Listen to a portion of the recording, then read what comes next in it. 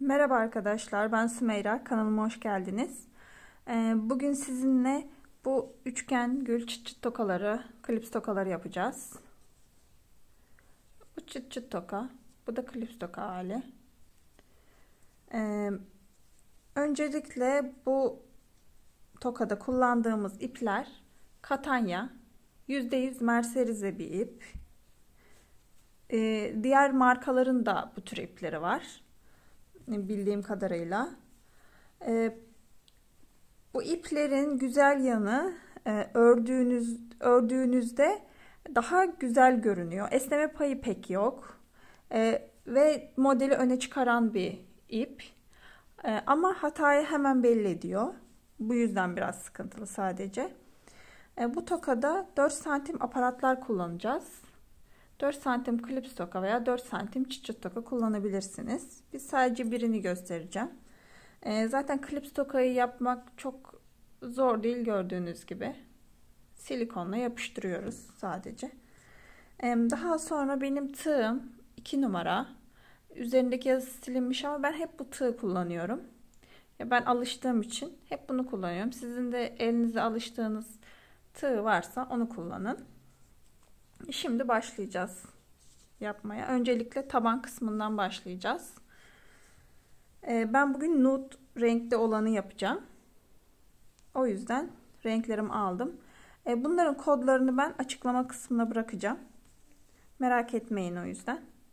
Açıklama kısmından bakabilirsiniz. Aynı renkler için. Hemen biz zincir çekerek başlayacağız. Üçgen kısmına. Üçgen kısmına 11 zincir çekeceğiz. Bir tane çektim. Gördüğünüz gibi.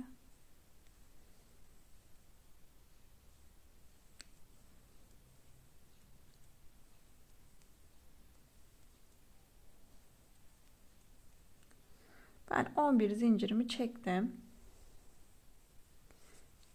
Şunları çıkaralım kadrajdan.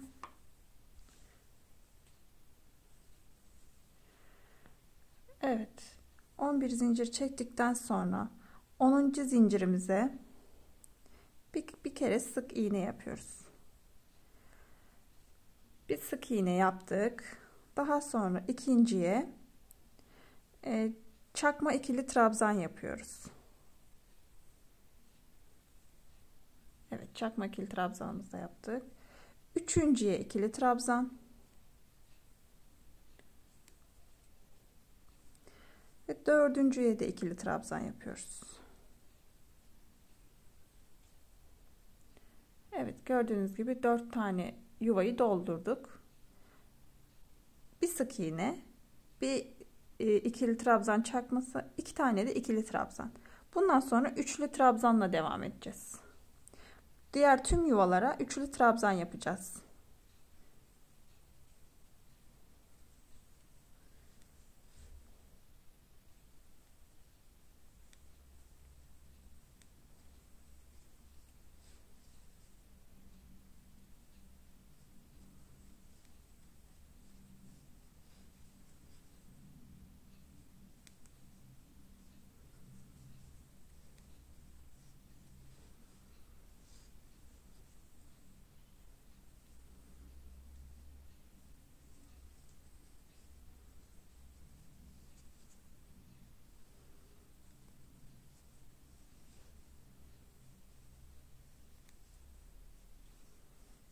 Evet.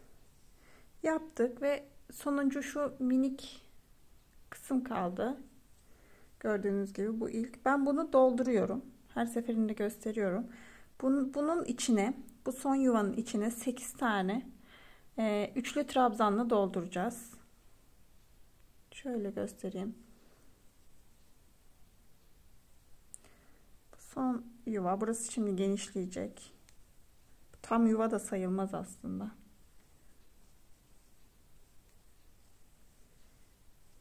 Bir.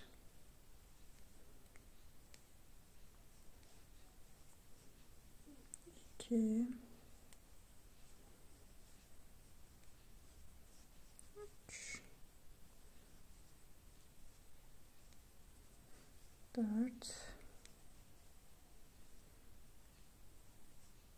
5 6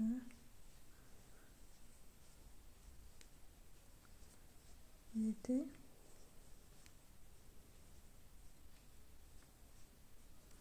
8. Gördüğünüz gibi doldurdum. Daha sonra bunu sıkıyorum bu ipi. Sizin elinize göre bu yuvayı daha çok veya daha az üçlü trabzanla da doldurabilirsiniz. Önemli olan bu kısmın yuvarlak bir şekilde devam etmesi. Daha sonra son 4 yuva kalana kadar yine başta 4 yuvayı ikili trabzanlar ve tekli trabzanlarla doldurmuştuk. Bu 4 tane yuva kalana kadar üçlü trabzanla devam edeceğiz. Ama sonlara doğru, son 4'e yakın, son 2'de filan bu üçlü trabzanları biraz daha sık yaparsanız daha iyi olur. Üçgen şeklini daha rahat alabilmesi için. Gevşek örüldüğünde kötü görünüyor. Bu yüzden onları biraz daha dikkatli örün. Evet, sırayla devam ediyoruz şimdi.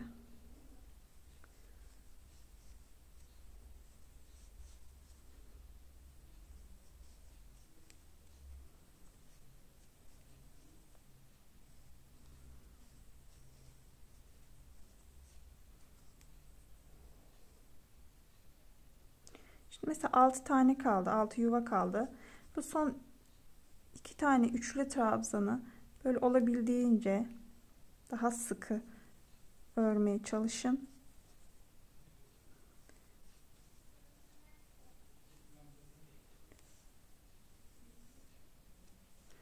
Evet. Şimdi son 4 kaldı.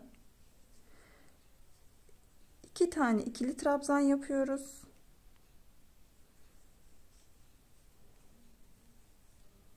Bir, iki. Sonra bir tane ikili trabzan çarpması yapıyoruz. Sonuncuya da bir tane sık iğne yapıyoruz.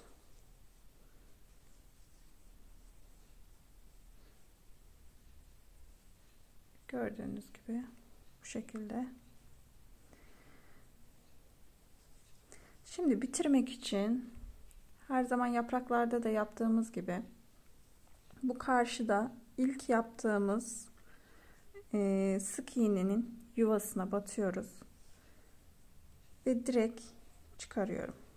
Ucundaki üçgen şeklinin alması için. Ve aldı. Şimdi etrafındaki fırfırına geçeceğim. Tabi bu herkesin kendi fırfır modeli var. Herkes kendininkini yapabilir. Ben de hep kullandığım fırfırı kullanacağım. Öncelikle ilk zinciri çekiyorum bir tane. Ve aynı yuvaya, ilk yuvaya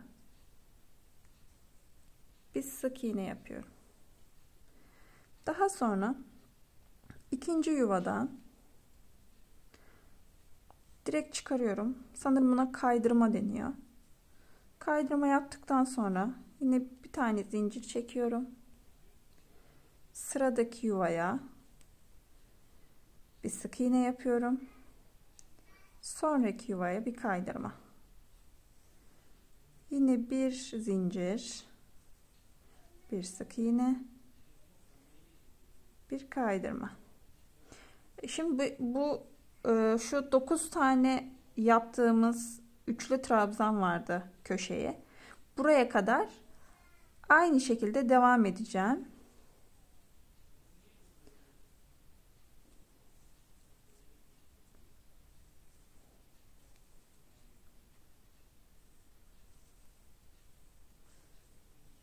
Evet. O köşelere geldik. Onlarda şöyle bir şey yapıyorum. Bir tane zincir çektim. Sıradaki yuvaya bir tane sık iğne yaptım. Yine aynı yuvaya kaydırma yapıyorum. Bu defa daha sık olması için şu köşe dönecek. Şimdi bu köşeden daha rahat dönebilmek için açıkçası bu şekilde yapıyoruz fırfır kısmını. Yine bir tane zincir çektim kaydırmadan sonra. Sıradaki yuvaya Gördüğünüz gibi bir sık iğne yapıyorum. Aynı yuvaya bir de kaydırma yapıyorum.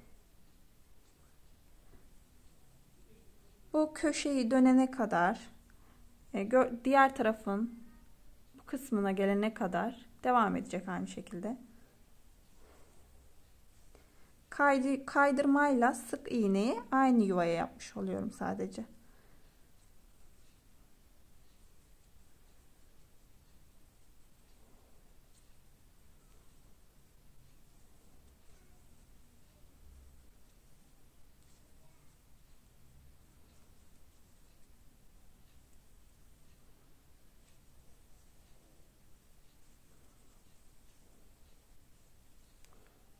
Evet ve bitti. Şimdi başta başladığım gibi aynı şekilde devam edebilirim. Bu defa kaydırmayla sık iğneyi sırasıyla yuvalara yapıyoruz.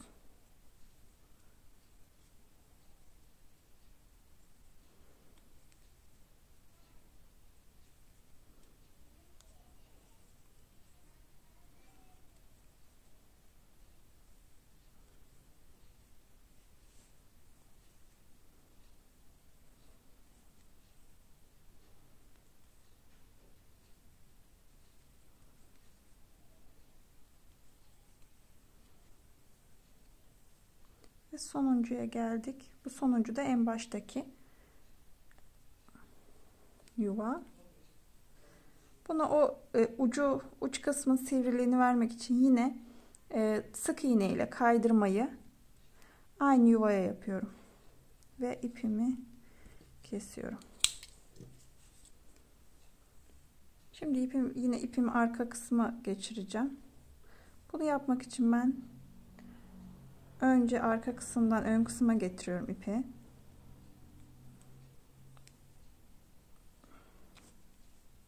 Daha sonra ön kısımdan da arkaya geçiriyorum.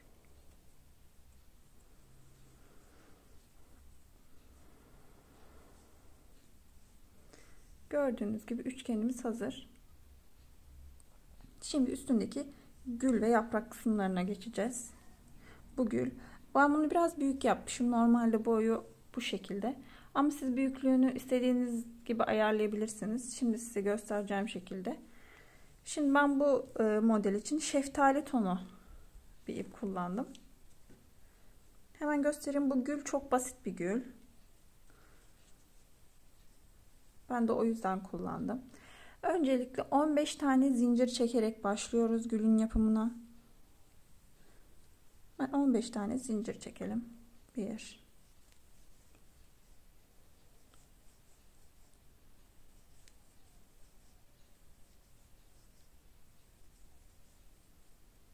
Evet, ben 15 tane zincir çektim. Şimdi 14. zincire dönüp bir sık iğne yapıyoruz. Daha sonra sıradakine bir ikili trabzan çakması yapıyoruz. Ve daha sonra son 2 yuva kalana kadar ikili trabzanlarla devam edeceğiz. Ama bir yuvaya 2 ikili trabzan yapacağız. Yani bütün yuvaları ikişer ikili trabzanlarla dolduracağız. Bu da gülün formunu verecek.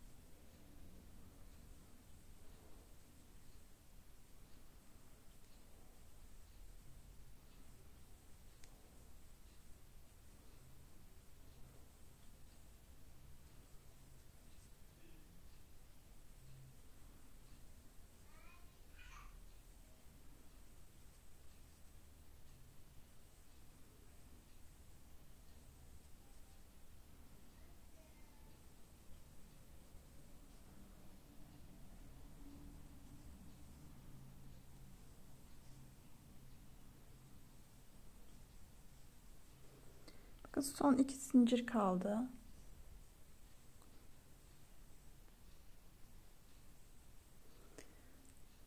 Bunun da ikincisine bir ikili trabzan çakması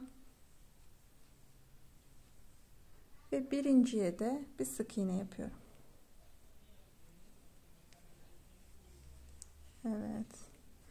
Şimdi uzatıp kesiyorum. Daha sonra bu ikisini bağlayacağım. Bu kısım ortada kalacak zaten. Evet. Şöyle bu şekilde oluşuyor önce. Şimdi size kıvırmasını göstereceğim. Bakın bu örgünün düz tarafı. Örgünün düz tarafı dışa gelecek şekilde. Ters tarafını içe doğru katlayacağız. Bakın örgünün bu kısmını isterseniz silikonla yapıştırabilirsiniz. Ama bu küçük bir obje olduğu için silikon kalıntısı çok fazla oluyor. Ben dikiyorum gülleri. O yüzden önce kıvıracağım. Size kıvırmasını göstereyim. Bu şekilde içe büke büke. Biraz da sık.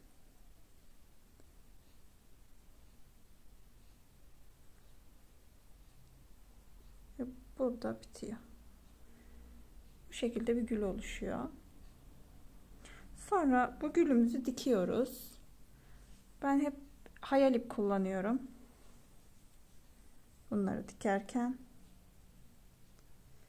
görünmediği için benim için güzel oluyor.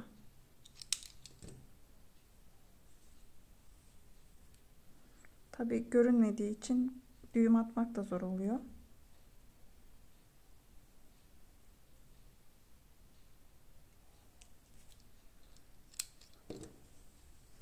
Bu şekilde ipi iğneye geçirdim. Gülümü alıyorum.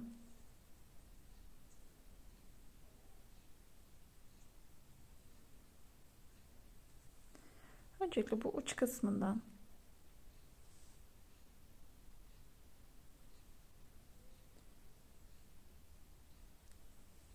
dikmeye başlıyorum.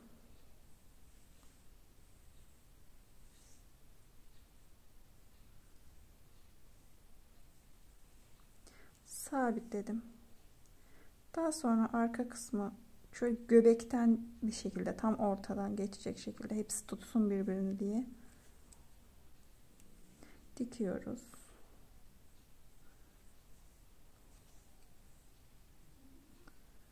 Tabii aşırı sıkmayın ipi. O zaman gülün formu bozulur.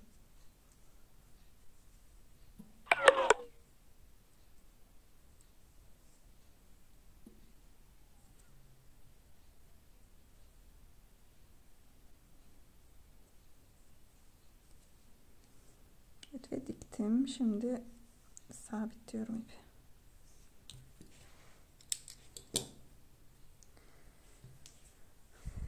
Ve gülümüz de hazır gördüğünüz gibi. Şimdi yapraklara geçeceğiz. Öncelikle yapraklar için yeşil ipimizi aldık. Gördüğünüz gibi bu yapraklar bayağı minik. Aslında çok basit ve bir anlatımı var. Hemen göstereyim size. Öncelikle 4 zincir çekerek başlıyoruz.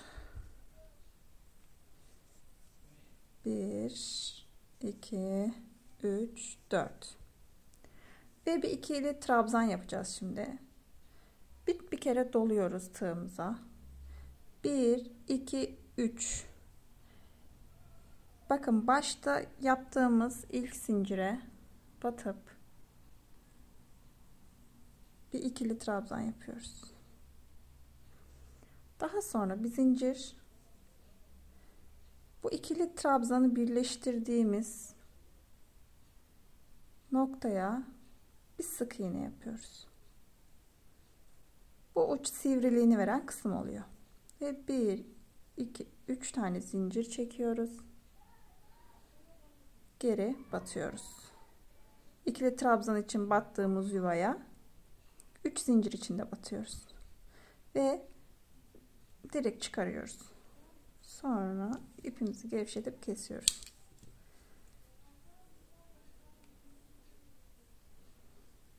Bu şekilde bağlıyoruz.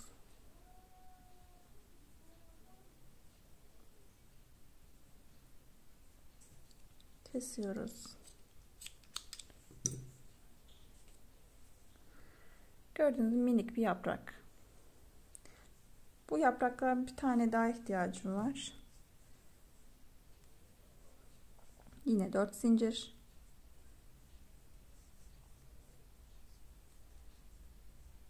Bir kere doluyorum. Ve ilk yaptığım zincirin yuvasına batıyorum. Bir ikili trabzan yapıyorum. Daha sonra bir zincir çekip bu ikili trabzanı birleştirdiğim noktaya yeniden batıyorum. Bir sık iğne yapıyorum. Ve sonra 3 zincir çekiyorum. Yine ilk zincire direkt kaydırma yaparak batıyorum ve kesiyorum.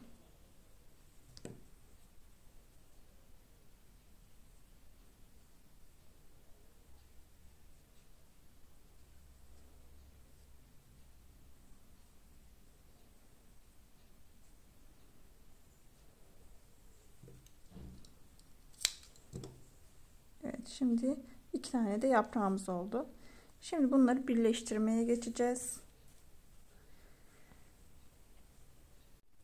Evet arkadaşlar, şimdi birleştirme kısmına geçeceğiz. Öncelikle şu tabanımızın iplerini sabitleyelim.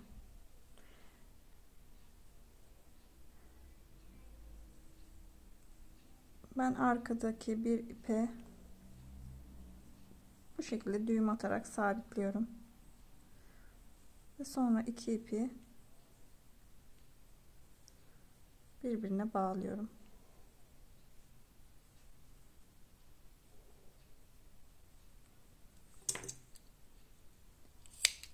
Fazlalıkları kestim.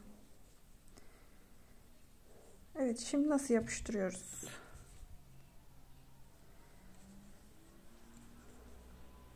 Şimdi yaprakların ön taraflarına bir şöyle bir bakalım. Şu ön kısımları bu şekilde birleşecek. Önce üçgenimizin bu kısmına silikon yapıştıracağım. Silikon koyacağım ve yaprakları sabitleyeceğim üstüne. Silikon tabancamla buraya minik bir silikon bırakıyorum. Çok fazla silikon koymayın. Taşar. Üzerine gül koyacağız. Taşıp kötü görüntü oluşturmasın. Yaprakları koydum. Daha sonra yaprakların orta kısmına yeniden silikon yapıyorum. Şöyle püsküllerine de denk gelecek şekilde. Yine çok fazla değil. Daha sonra gülümün tam ortalayarak şöyle yapraklarını da biraz açarak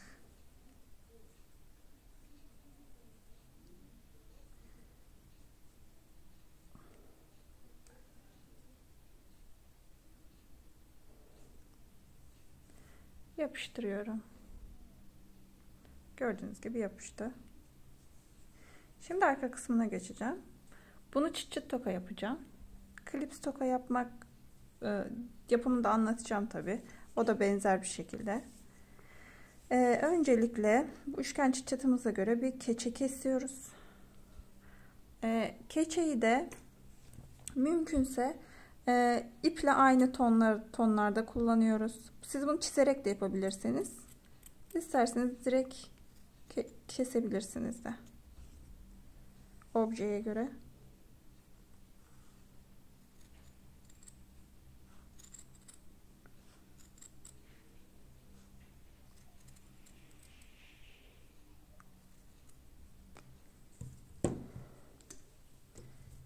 Şöyle hatlarını da düzeltelim.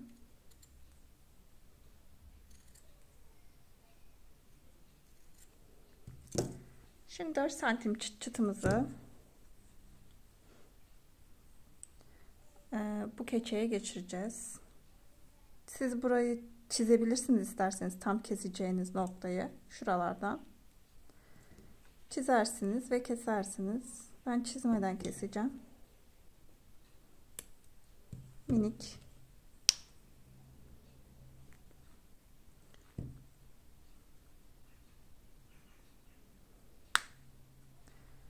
Ve geçirdim. Gördüğünüz gibi. Daha sonra orta kısmına, kenarlarını dikeceğim için silikon olmaması lazım.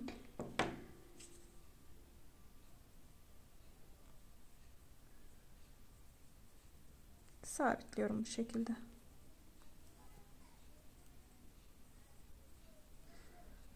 Daha sonra hayal ipimle dikiyorum.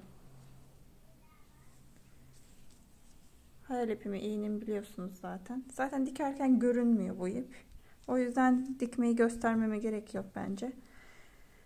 Kenarlarından biraz seyrek seyrek, örgüye zarar vermeyecek bir şekilde. Çok sıkarsanız örgünün şekli bozulur.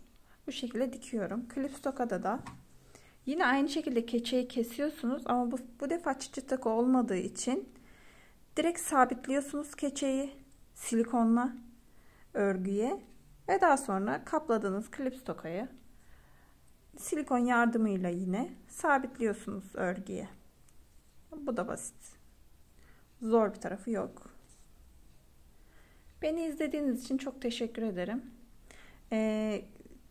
Bir sonraki videomu ve diğer videolarımı izlemek için abone olun ki hemen haberiniz olsun. Ve zil butonuna basarsanız anında bildirim de gelir size. Şimdiden teşekkür ederim.